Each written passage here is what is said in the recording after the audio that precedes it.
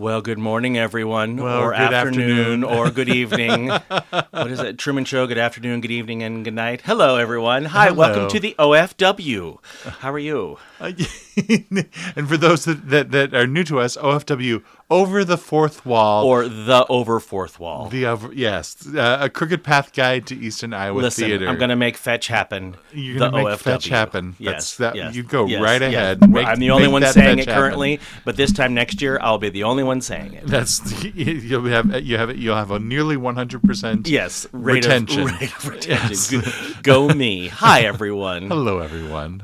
Chris, it does feel like all of this podcast is really just a long game for you to talk about this play today. Well, I mean, we've talked about several plays that are near and dear to both our hearts, but this one perhaps is nearest and dearest to mine. I know it. I'm excited. I know nothing about this play, so I'm very excited. Well, let's talk about it. Yes. What is this play, please? So the play we're talking about today is The Trip to Bountiful, and The Trip to Bountiful is a play that is opening today, which is Friday the 20th of October at Riverside Theatre. We're very excited with an all-star cast headlined by Jody Hovland and Martin Andrews, who will be interviewing a little bit later in our podcast today. Jody Hovland, the founding member, well, not the, but a founding member. Of one third of the founding members. 1/3 of the founding members of Riverside. This is a crazy cast. Yeah, who's in the cast? So Jessica Murillo Kemp is playing Thelma. Back from her adventures in Washington, D.C. That's lovely. And Jessica Link is playing... the magnificent Jessica Link. The magnificent Jessica Link is playing, in some ways, the antagonist of the play. Oh, that's exciting. Yes, and Carrie Lane is playing a variety of roles. Oh, yeah. And really, it's a deep bench, this particular production. Yes. Directed by artistic director Adam Knight. Yes. All right. So The Trip to Bountiful is a play written by Horton Foote. Yes, let's get into it. And we really can't talk about The Trip to Bountiful without talking about Horton Foote. Horton Foote is a preeminent playwright of the 1900s, came to prominence in the 1950s. This was one of his first plays to get produced, The Trip to Bountiful, but he could get no one to put it on a stage. And what year was this? This is in 1953. And so... And this is going to sound completely unbelievable, but no one would put it on the stage, so he put it on TV instead.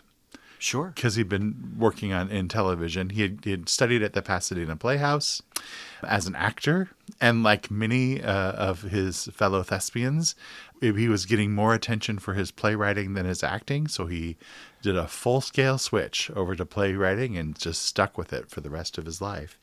And he didn't see much of a distinction between playwriting and script writing, as we'll talk about more. But 1953, a production on NBC, because they used to do plays on TV. And then that production starred Lillian Gish as the woman making the trip to Bountiful, and Eva Marie Saint, who we talked about during Our Town, was also in the production as the woman she meets on the bus. Chris, can you do just a little capsule synopsis? Yes. So The Trip to Bountiful is about a woman named Carrie Watts. And Carrie Watts is living with her son and her daughter-in-law in a 2-room apartment in Houston, Texas. But she longs to return to her birthplace of Bountiful, Texas. And through machinations of the play, she makes a journey to do exactly that. It has been 20 years since she's been there, but her hope is that everything will be right if she gets a chance to see Bountiful one more time. Along the way, she meets people who are helpful or less than helpful, and she is pursued by her son and daughter-in-law who find her missing. Wonderful. Yeah. Thank you. All right. Yeah. Thank you. So, all right. So back to 1953. 1953. So Lillian Gish played the character who's traveling to Bountiful, and Eva Marie Saint was a woman that she met on a bus and an ingenue of sorts. They moved to Broadway with high hopes, and it ran for 1 month. Oh. Yes, and didn't make it through the dreaded January in New York, but nevertheless received excellent notices. Horton Foote then began working more in television and movies, and perhaps his greatest early achievement was writing the screen adaptation of To Kill a Mockingbird. for which he won the Oscar in 1962, so 10 years later. All right. And that was the point when he began a lifelong relationship with Robert Duvall, who played Boo Radley in the film. And he Foote insisted on him playing that part. And later he would write several things for Mr. Duvall, including his second Oscar-winning script, Tender Mercies, that won Duvall his Oscar as well. And then later in the 1980s, Tender Mercies was in 1983, he would adapt Trip to Bountiful to the screen in 1985 and win an Oscar for Geraldine Page playing the character. After he worked on The Trip to Bountiful, he began writing what is now referred to as the Orphans' Home cycle, which is based on the life of his grandparents, follows a series of plays that is frequently performed in 3 sets about this sprawling life of this family. He then finished the Orphans' Home cycle, but had one more play left about these very people, and he wrote that relatively late in his life, and that was The Young Man from Atlanta, for which he won the Pulitzer Prize. Yep. All of his children are involved in the theater in one way or another. One of his daughters is a playwright. One of his sons is an actor and playwright producer. They have all worked on their father's material with him over the course of his lifetime. His cousin is also Peter Masterson, who directed the film version of Trip to Bountiful, and whose daughter is Mary Stuart Masterson. You're so happy right now. I'm so happy right now. Because I did not know that connection. I think that's pretty remarkable. She starred in the film version of one of the Orphans' Home cycle plays, Lily Dale. And the character of Lily Dale is one of the characters that resurfaces all the way through the Orphan's Home cycle and is the matriarch of the family when we get to The Young Man from Atlanta. I don't know Horton Foote at all, but I do know Lanford Wilson, and there does seem to be some parallels of sort of Midwestern sprawling family epics that take place over a number of plays. Most of Horton, it's similar. Most of Horton Foote is in Texas and in the American South, and they're analogs to Lanford Wilson. They're analogs to Tennessee Williams. Some of the same themes that exist in Tennessee Williams plays show up in.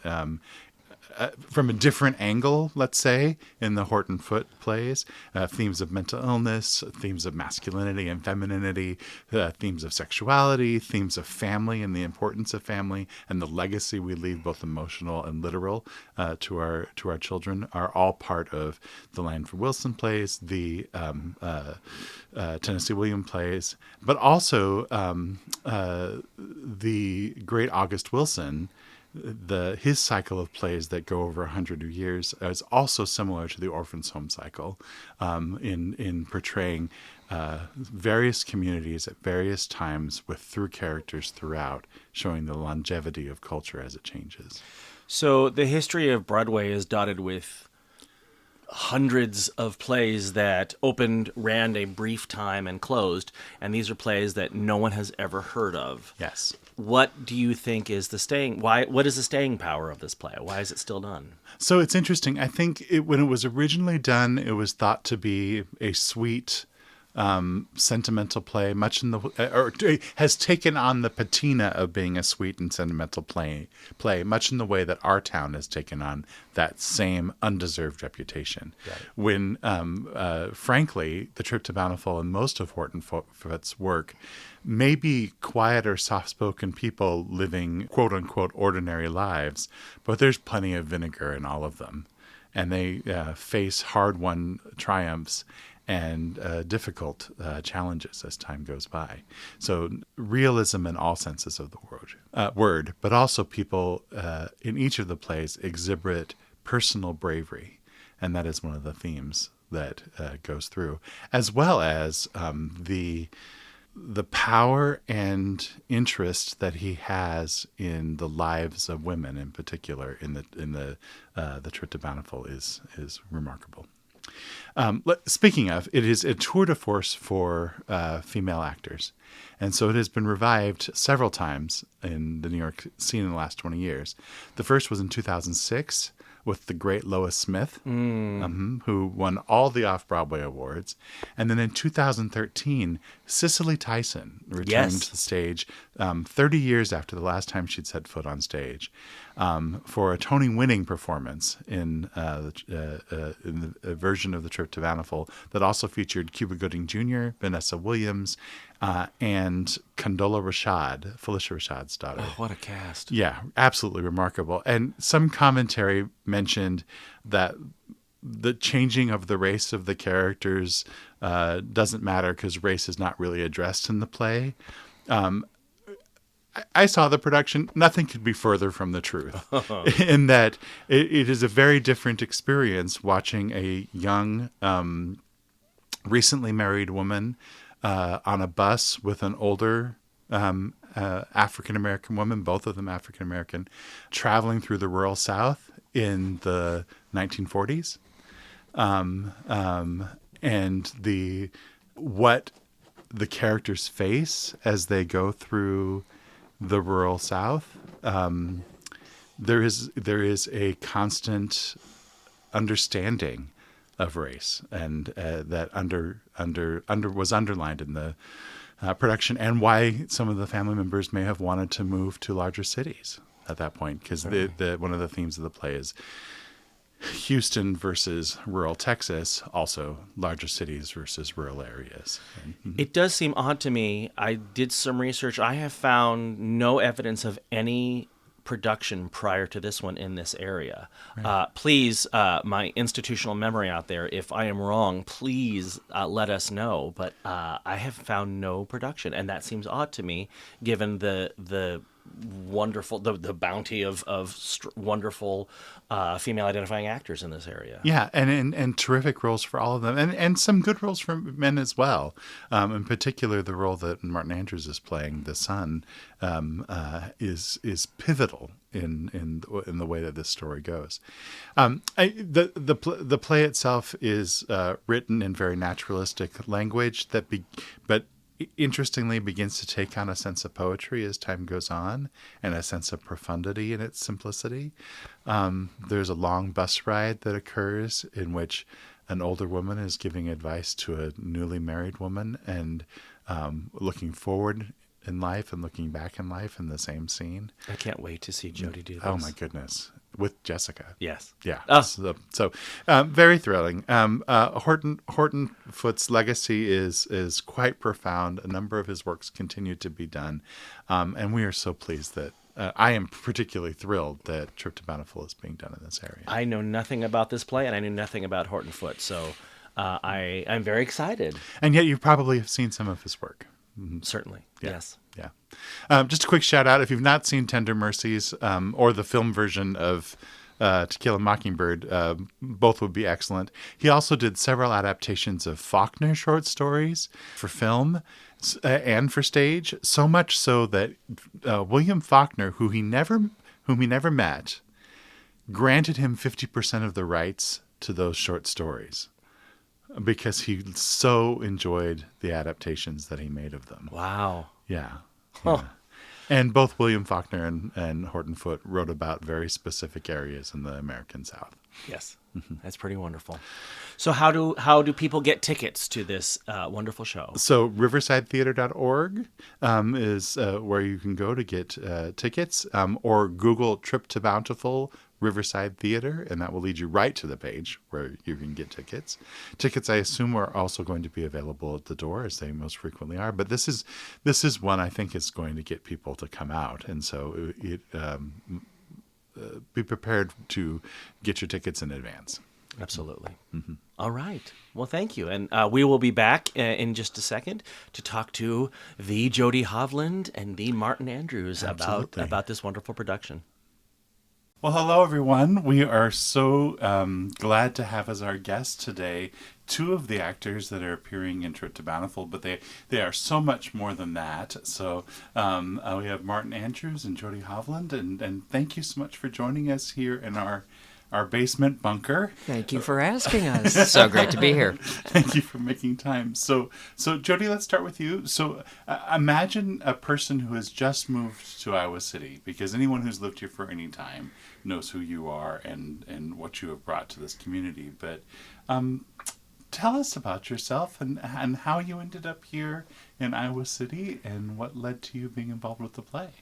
Well, graduate school brought me to Iowa City. I did an MFA in acting here and fell in love with Iowa City and thought, well, I'll stay for a year after graduation and then move on. And a year turned into the rest of my life, very happily so. I also partnered with Ron Clark, my spouse, and together with Bruce Wheaton, we founded Riverside Theatre in 1981. Wow. And we're just blessed with that business for 34 years until we stepped back in 2015. And here I am, still in love with Iowa City and now operating as a freelance artist.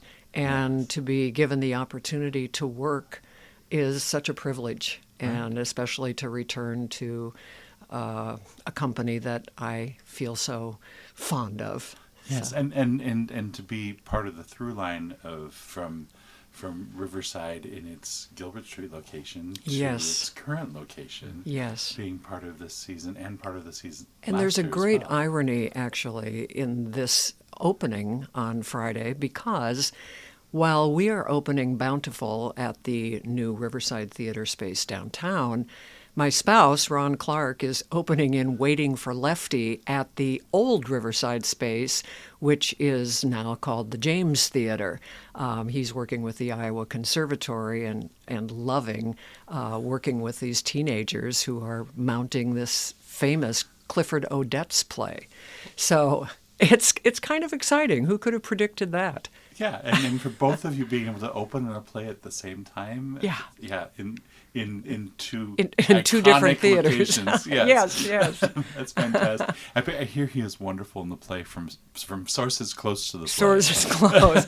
Well, the opportunity to be a mentor at our age is really thrilling, and these teenagers who are comprising the first class at Icon are very exciting young artists. So the pleasure is all his. It's such a hopeful time. That's fantastic. Jody, thank you so much. You're welcome. Martin, what brings you to Iowa City? And I only know part of that answer.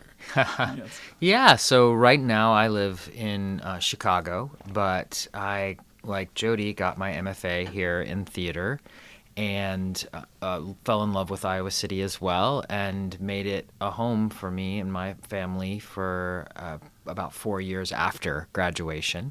And I founded a theater company while I was here called Working Group Theater, and we had a lot of success and created a lot of original work, and then went our separate ways. And I moved to New Mexico and then now to Chicago where I live, and come back to work at Riverside, because while I was in graduate school, Jody and Ron at Riverside gave me really what I consider to be my first professional gig.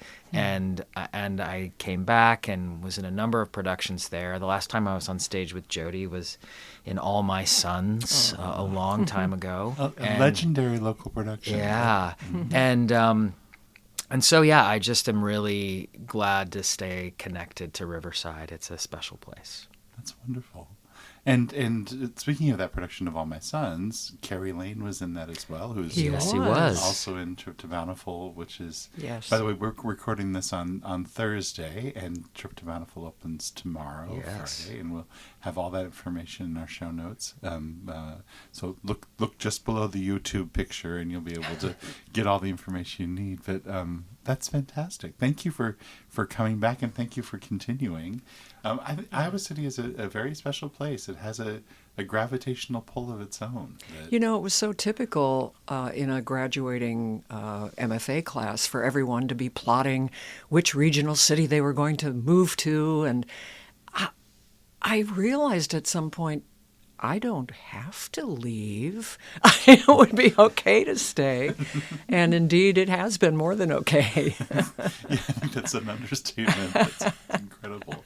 Yeah. Well, tell me a little bit about your experience in trip to Bountiful thus far. We, in the earlier part of this podcast, we talked about Horton Foote. We talked about where this play fits within the life of his work, which was the last play he wrote before starting on the Orphans' Home cycle, which is the story of his family and his grandparents and their courtship and the generations.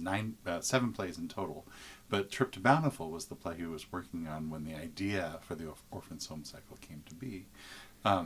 And I'm curious what it's like to live inside the language of Horton Foote, inside this world, and what you've discovered in working on this play. Well, the language is really beautiful and sometimes to our ear, old-fashioned. But it's so fascinating because when you apply that light Eastern Texas, between Texas and Louisiana kind of dialect, the words coming out of your mouth feel like just the perfect words. And it's just been such a pleasure to live in that text. What would you say, Martin? Yeah, I mean, I agree that the language itself is evocative of a region and a time period. I think the language has an interesting effect on an actor as you internalize it. Specifically with this, with the themes and the language of Bountiful, I think it just causes all this bubbling up to happen inside an actor of my own memories of childhood, my grandparents, my experience in their house when I was little. I think so much of the play, at least for the two of us, is about this recollection of something that has been lost, something in the past, and it affects me. I've had more thoughts of my grandparents in the last month or so than I have had in a long time. Mm-hmm. And I should point out that Martin, you're playing. I'm playing Ludi, who is Jody's son. Jody's playing Carrie. So yeah, the Watts family. Yes. Well, I would second those thoughts about our own families. I had a grandmother who lived to 104 and has been in my mind so deeply, and also because I'm wearing her sweater as part of my costume, and I'm wearing my grandfather's wedding ring as Carrie's wedding ring. And I didn't know that. And my own mother lived into her 90s, and both of these women in our very matriarchal family were so independent and resourceful and had phenomenal physical energy. And all those things have really been feeding me for Carrie because she has those same characteristics. And it is, I've thought also so much about place. Because Carrie's journey, of course, is to get back to the place where she raised the family and spent her life, except for the last 20 years where she's been in Houston, and how important that place is. And what is place? Is place people? Is it structures? And if those things are gone, is it still place? And I was raised in a Minnesota small-town farming community. And as a teenager, of course, I couldn't wait to leave. And I remember saying, it's so flat here and it's so boring. And now when I drive back, and I still have family there, I look at that vast horizon and weep. Yeah. And there is something about just simply the location and the place that encompasses all that yearning for going back home. Yeah. I think there's a fair amount of scientific evidence to show that the place where we're raised lives inside us, like our sense of what is harmful and what is good, our sense of what is the right temperature and what the extremes of temperature can be are all built into us depending on how we began. And so when you talk about is place structures, is place memory, is place people, is place environment, and I think that also reflects in the double meaning or triple meaning, whichever way you want to think about it, of the title of this play, the trip to Bountiful of all things. Yes. I think about also early in my career, I worked in southern Iowa and would drive through a lot of towns that were having some trouble justifying their existence anymore. And I think about the people that had once upon a time built and lived and created communities that are a little bit lost in the changing of the earth and our configuration. And in some ways, this play seeks to reconcile the past or think about the past or what that means, and to make a trip or a journey into one's own previous existence. If you think about it as in a historical framework, it's, I think, 52, or it was, I think the play came out, and it was a time that probably this idea of rural versus urban was really coming to the forefront in America, and even as people began to move to suburbs, which are those communities? Like, what is it? Is there a center to that? Is there, and I think that when we think about even in our country today, there is such a urban-rural divide. You see that in Iowa. You see that across the country, and I think that this play is almost like was on the precipice at the very beginning point of that question of, like, what does it mean to live in one way or the other, and how are these people different? There's an interesting both fact and metaphor about that too. Horton Foote couldn't get the play to be produced as a play, so they put it on TV. Right. So Really? it initially started on NBC. Because it wasn't written about a drawing room in New York, probably. They didn't think it would find an audience. Oh my So gosh. they ran it on television instead, which is such an interesting idea that TV at that time was seen as, all right, I guess we'll have to put it on TV. That's really interesting. And so I wonder how, like, someone like him has influence over later playwrights whose work, I'm thinking of maybe like a Sam Shepard, whose work sometimes has to do with that small community that you generally, like, it's not just a New York apartment that you're talking about. But that's really, really interesting that they didn't even want to produce it. Yeah. Yeah. You mentioned coming from a family of matriarchs, and I think this play is fascinating, and I'll talk to you, Martin, about this as well, in the way that it presents such an array of female characters, many of whom are the driving forces of the action of the play, Right. in different and sometimes clashing experiences. Yeah, absolutely. Well, Carrie has a ferocious need to get back to Bountiful, and that really is the engine that drives the story. She's indomitable. And then, in the household, in the immediate Watts household, Jessie May, who's played by fantastic Jessica Link, is the antithesis of Carrie. I mean, they are always at loggerheads. Jessie May is always trying to control Carrie, and there's this terrible tension and friction and chaos in that two-room apartment that, of course, only perpetuates further Carrie's need to release herself from what has come to feel like a prison. But two women couldn't be more different. No. And then you run across, by Oh, chance. and the wonderful Thelma, yes, played by Jessica Murillo Kemp. And it's a bus ride with this young lady. to whom Carrie is immediately drawn, which is such a contrast to her relationship with Jessie May.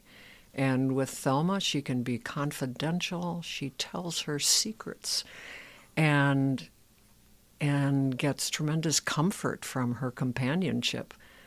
So Horton has the girls all over the map here. Yeah, absolutely. And which leaves your character, Martin, as somewhat trying to catch up, it seems, at frequent times, or trying to be the peacekeeper amongst the disparate voices. Yeah, very much so. I think disparate voices, I think, is a great term that you used, Chris, because Ludi doesn't really use his voice at all in the play, and I think maybe it's an archetype of that kind of quiet masculinity that was prominent then, and even now he doesn't communicate a lot, or if he does, he communicates in these bursts, like he saves it all up and bottles it all up and then it comes out. But yeah, I think there's a real, I think, question about generations in the play. So there's almost a missing generation because, and we talk about it in the play a lot, that we don't have children, we can't have children. And that's something that haunts the play a little bit. What are we working for if we can't pass something on? And we're not connected to youth and energy in that way. So I think that's something to think about too. You mother me, but I have no one to care for. And yet you feel such a responsibility for your wife and your mother. I do. That is all on your shoulders. Yeah. Well, that and your mother's government checks. Yep. Yes. But it's interesting how finance becomes involved in this, with one character looking backward, another character feeling very much wanting to be part of the future, and someone else extremely confident about the present and concerned about the current existence. Speaking about Ludi a little bit as well, I mean, in contrast to the plays of Tennessee Williams and their approach to masculinity and the attendant mental illness that exists in those plays as well, this character is a different version, I think, of Southern masculinity, but also mental illness as well. And I'm just curious as to I know you've had experience in a variety of different takes on men in our society, as it were. Yeah, I think there is a lot of thinking I've done about what it means to, be when I was a teacher, to have boys in my classroom, and as a father, I have a daughter, but I've thought a lot about what we put onto men. And that is unrealistic. And I think there is so much that is put onto the shoulders of this man in the 1950s to be the provider, to be the supporter, to make the decisions, to be responsible, and he feels the weight of that when it all goes wrong. And both of the women in his household are unhappy. Right. They're both disappointed. They both want something else. And he's not able to provide it, and they're not able to provide it for themselves. Yes. George Bailey comes to mind when I think of Ludi a lot, because it's just someone who feels just the weight of everything. I'm responsible for everybody's happiness, and whether that's true or not, that's the thing, is that he feels it. When actually these two women are really strong, really, really, really determined, and yet I still feel that responsibility, that it's all dependent upon me. It's all going to fall apart if I don't do my job. Well, and not to give anything away, but I think the incremental resolution in the play is fascinating, absolutely fascinating. And is mostly all in the playing, so I cannot wait to see what you do. Well, any additional thoughts about this play right now? You mentioned, Martin, some parallels between rural and urban life that persist as being a schism in our country, and certainly what people consider rural and urban values. And I do also think, like, literally, there have been political movements recently espousing a need to look back to a different time and make it be again, or whatever that may be. So this play is coming at a very specific time, both for our nation, but also for our community, as we figure out, what Iowa City is going to be, what Iowa's going to be, what the Midwest is going to be. Are there any thoughts or insights as actors within, as actors who reflect life to the audience in some ways of this play? I thought that's perhaps too much of a loaded play to ask, your question to ask the day before you open, but and it may make more sense in retrospect. But. Pause. I mean, I can always make up something, Chris. Oh no, I'm joking. But I think that there is in my life and what I see around, that there is a community shaped hole in us, like that probably goes back to thousands of years to the village, to the and its various progressions, and now we feel, I don't know what fills that. Neighbors don't fill that. You're not known in the same way. Carrie's got an interesting line as she's talking about her long gone family and what her need is to return to the place that the family was. And she said maybe the need to belong to a house or a family or a town has gone from the rest of the world. And that's really provocative. Yeah, but not the need to, there's a lot of, I'm sure that you know this, a lot of talk about belonging. The effect that has on children, the effect that has on adults. And I think it's even more important because we feel unmoored, because we feel like there's so many points out there in the world that we can't locate ourselves in relationship to all of the things that are out there, where it's like, this is my house, this is my community, these are my people, that's where my grandfather was born, that's where it's like you could and here I am in relation to all those places. I belong here. I don't know if I can say I belong certain places. I keep coming back to Iowa City. Maybe I belong here. You can say that you belong here. I can. And I think that's not a common thing to be able to say that. So you're lucky. Well, and I feel lucky to have had, two places in my life where I've had those feelings. A place I was raised and love to go back to, and Iowa City, which became the adopted home, where I felt the embrace of a community, where I felt productive and that I could give back to that community if I was going to be part of it. So it's a lucky thing. When our kids were young, they used to really hate walking downtown with us because we knew so many people.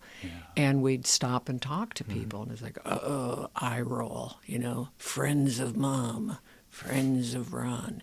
And now they live in various places in the world and talk openly about a nostalgia for the kind of community that they were raised in. Yeah. I had the same experience on the other end. My mom is a very gregarious person, and so she would stand in the grocery store line and just talk to people. Sure. And if she didn't know them, she'd strike up a conversation, and if they didn't seem interested, she was perfectly fine letting it drop. But it was horribly embarrassing. But now I'm watching my husband's family, who've moved to Iowa City, do some of those same things as they're saying, we've arrived here, we need to build a community. Yeah. We're going to get out our hammer and chisel and we're going to make ourselves a place. Yeah. And watching that more with admiration. Mm-hmm. And there is something wonderful about being in town for a long enough time that I'm sure you've had the same experience. I've never had a time when my car broke down that someone I didn't know passed that's within right. 5 minutes. That's right. Yeah. I think that's from my perspective too. It's also the acceptance. I think so much of life right now is I control my presentation to the world, to other people, and when you live here this long, you are known in your entirety for the things that you've messed up and the things that you've gotten right, and that's a really interesting thing to me. And I think that's like we think about it as just a positive thing. Well, people know me and they're happy with me, but they're also not happy with you sometimes. But that somehow also comes together into being known. And you're not afraid of maybe being known in different ways. I don't know. Well, you're seen in a more complex way. Yeah. Well, thank you so much for joining us today. You're so and thank welcome. you both for your contributions to Iowa City, to the stage, and to just the general living wonderfulness that is being in this town. I cannot wait to see this show. When So Martin excited. was last here to do A Walk in the Woods, Yes. a show and a performance that I admired so much, I said to him, "Oh, I really want to be on stage with you again." And here we are. Yes. So, So if you have any visualizations you want Jody to say into the world for you, just There's special power. when you see her at the farmer's market, just tell her. Before we sign off, can you tell us a little bit of what's next for you? And next, of course, is opening the show. well, the next after that for me, I'm very excited because with Crooked Path Theater, I'm going to direct What the Constitution Means to Oh Me. my gosh, I didn't know At that. the James Theater in January. Who's going to be in that? Featuring Robin Calhoun in the central role and Matthew James as her Legionnaire companion, and a wonderful teenager named Nora, who is an actual debater from City High, who is going to be our debater in the second half of the play. It's really an exciting script and an opportunity that I'm very grateful for. Yeah, and it's an Iowa premiere, which It is is. pretty amazing. It is. Ta-da. Ta-da! What's next for you? Next for me, from a theatrical perspective, I don't know, but I have a wonderful job that I work at with an education company, and we are out there changing the world and creating social studies curriculum for elementary students. And our curriculum is actually used in Iowa City, which was such a great thing for me to have happen. And so I've visited classrooms here before. And so it's back to really thinking about what's best for teachers and students around the country. So That's fantastic. yeah.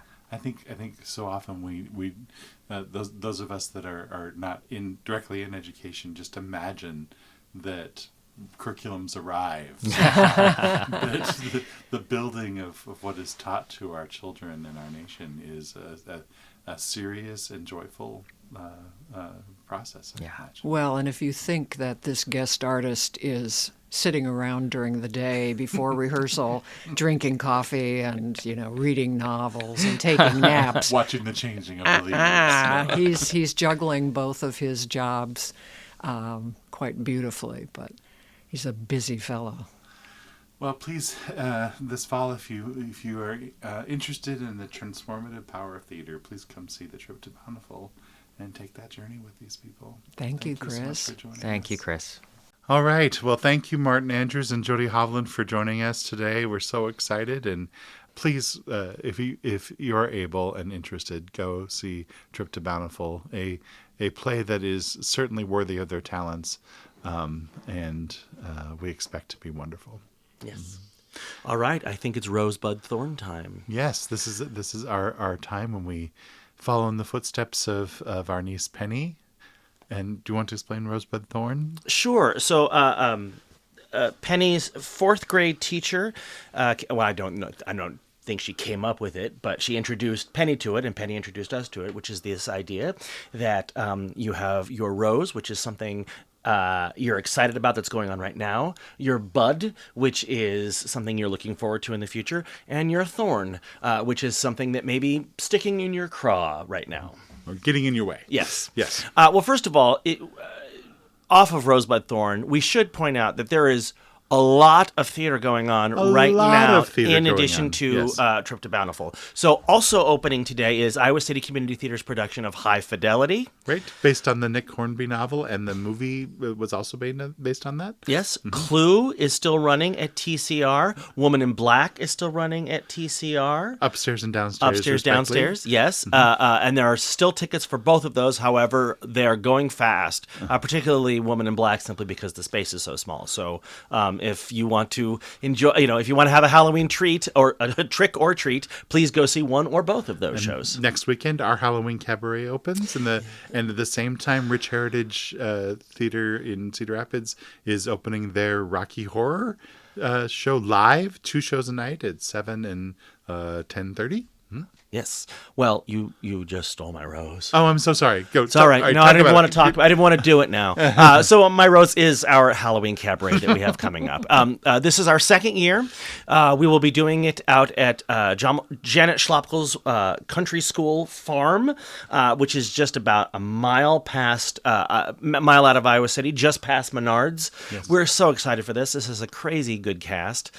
Robin Calhoun and Carrie Houchins-Witt who are longtime collaborators with us, have co-written and put the play together. Jason Sifford is our musical director, and space is very, very limited for this because we're in a tiny, very creepy barn. So please order your tickets at go to Crooked Path Theater, theaterre.com. So that's my bud, or my rose. My bud. Oh, I'm panicking. You go. My bud is that auditions for this play that we're helping produce with Mirrorbox Theater this spring, called We'll Get Back to You, by New York Times bestselling author Rob Bell, and directed by Kristen Hange, Tony nominee for Rock of Ages. The auditions, anyone can audition, are finishing up this weekend. So I get the feeling that people just can't quite wrap their head around the awesomeness of this, just because nothing has been done like this before. This play is going to be developed here. It will run at Mirrorbox, and then hopefully somewhere in Iowa City, with plans to travel to bigger and, dare I say, better, or at least more famous, more populous locations. Yes. So please, if you are an actor who is interested in being in sort of on the ground floor of something really great, please audition. The deadline is coming up. Yes, so we're accepting submissions all the way through Monday. Please go to the mirrorboxtheater.org website for information. Also, just FYI, we frequently hear from actors that there is a somewhat dearth of roles for non-singing actors. No singing is required for this play. Not at all. Actually, no monologues are required, right? It's just readings from the script. Yeah, there's just sides from the script that you're welcome to read and record and send in. It's such a good play. Come on Monday evening, and we will to Mirrorbox and sign up ahead of time, and we will film you doing the sides and get that information to our New York-based director, who is coming to Iowa for a month to direct this play. Yes. So we're terribly, terribly excited. And my weird thorn, it's a reverse thorn. Mm-hmm. I want to talk about Waiting for Lefty at Icon. Yeah. So Icon is Leslie Nolte's dream and brainchild, this wonderful performing arts high school that has just opened this year, having its first year. In the heart of Iowa City. Right in the heart of Iowa City. And performing at the James tonight, also opening tonight and tomorrow, which is why it's my thorn. There's only two performances of it, is this wonderful, wonderful play. It helped catapult the group theater to to the infamy. Well, infamy is the wrong word, but the fame and the prominence that it's known for. And watching these, I'm in it, but just in a very sort of tertiary role. Watching these high school students and watching what Lenny Stone, who is the acting professor there, what she's pulled out of these students is remarkable. Is remarkable. I'm not talking high school good. I'm talking like, oh, this could tour good. Like, there's some remarkable performances. And it's such a shame that there's only 2 performances. Please come and see that. Tickets are available at the James IC .com. Thank you. Tickets are only $15. It's remarkable that this is happening in our city. Yeah, and I think we Patrick, you and I, and many of the people that we have created theater with in this area know well that Iowa City and the corridor is rich in young talent and opportunities for young talent. But Icon is bringing things to a new level as far as attracting people from across the state, across the region, across the country to come live in Iowa City and concentrate not only on getting a quality high school education, but a high level performance education as well. Yeah. And this is one of the first opportunities for local people to see the Icon students do what they do best. Yes, it's quite a feat. That is wonderful. That's hard for me to follow. That's why I got in early. That's good. So my rose has to do with a group that I've been involved with for many years, and that's SPT Theater in Cedar Rapids. And this is a group started by several musicians, singers, and theater artists that wanted to create a space where locally grown theater and music could be performed and create some income for local artists. So they pay everyone who's involved, and they do all of the arranging as well as curating the comedy and more dramatic pieces that are written for the stage. For years, it has been directed by Richard Barker, who is currently living in Arizona and was flying back for every show. And he was our fearless leader in moving us from place to place and getting this show up. This is the first show in many years that Richard Barker will not be directing because he is taking the winter off. He directed the first show and we'll be directing the last show. And this time, for the next 3 shows, I'll be directing this one. Then Jason Alberti will be directing the next one. And then you, Patrick, will be directing the 4th one in our series. That's like 15 plays from now. I can't even think about that yet. But so we had our last writing meeting yesterday, and it was so delicious, and we're so excited to share that with the community. And that's opening the first weekend in November, but it's all coming together for us right now, and that's why it's my rose. Yay! And any thorns? The only thorn I have is there is so much going on, and I think we should talk about one thing in particular, which is an unexpected encore of our production of Hamlet. Yes. I think we alluded to it before in our last podcast, but it's official. We will be performing Hamlet again. Mirrorbox has graciously invited us up on November 17th and 18th, Friday and Saturday, for 2 encore performances. And in a true miracle of scheduling, all of the actors are available to come back. All of the costumes and props and set pieces and everything will be able to be trotted up to Cedar Rapids. So come see this production. If you missed it when it was at the James, you have another chance. Yes, I'm very excited about that. All right. Well, I think that's it for us today. We will be back in a few weeks. We may, not a hiatus, but we may take 3 weeks this next time because next up we will be talking about TCR's The Wizard of Oz. We're off to see the wizard. That's weird. That was weird. We hit the R really weird. Unlimited. Okay. All right. All right. Before we go off the rails, thank you very much. As always, we love to hear your comments. We love to hear your feedback. Tell us all the things. And go see The Trip to Bountiful at Riverside Theatre. Thank you again to Jody Hovland and Martin Andrews for joining us. This has been Over the Fourth Wall. The OFW. The OFW, a Crooked Path Guide to Eastern Iowa Theater. Thank you, everyone.